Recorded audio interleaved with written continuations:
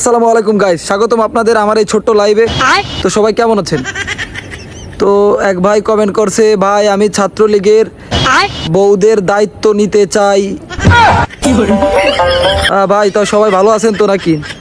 ও আর এক ভাই কমেন্ট করছে, ভাই যত সব ছাত্রলীগের নেতারা দেশ ছেড়ে পালিয়েছে, আমি তাদের বোন এবং বউয়ের সম্পূর্ণরূপে দায়িত্ব নিতে চাই। ভাই ভাই আমরা অন্য কথায় আসি। ভাই আর এক ভাই কমেন্ট করছে, ভাই এখনও যারা এই পরিস্থিতিতে ছাত্রলীগ করে এবং আওয়ামী লীগের ভাষণ দেয়, তাদের আমি একটা কথাই বলতে চাই যে তারা জানো তারা আসলে তাদের রক্তের সমস্যা আছে। তারা আসলে তাদের জন্মের ঠিক নাই।